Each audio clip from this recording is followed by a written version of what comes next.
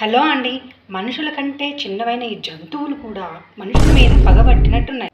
ఏహే ఈ సొల్లు పక్కకు పెట్టు. ఇంతకు నీ బాధ ఏందో చెప్పు. మొన్న కడాయిలో హాఫ్ లీటర్ వరకు ఆయిల్ వేసి పూరీ చేశానండి. తర్వాత యూజ్ చేసిన ఆయిల్ని మళ్ళీ మళ్ళీ యూజ్ చేయకూడదు కదా, సో దాన్ని పక్కన పెట్టాను మూత పెట్టి. అయితే మూత పెట్టిన ఆయిల్లోకి ఇది ఎప్పుడు దూరిందో, ఎప్పుడు వచ్చిందో, అందులో ఎప్పుడు చనిపోయిందో నాకు అస్సలు తెలియదు. సరే నేను చూడకుండా దాన్ని ఏం చేశాను, మళ్ళీ స్టవ్ మీద పెట్టి వేడి చేశాను. అందులో ఉన్న రసం మొత్తం దిగిపోయింది. సరే హోటల్లో లాగా చూసి చూడనట్టు దాన్ని తీసేసి ఫ్రైస్కి వాడేద్దామా అనుకున్నా.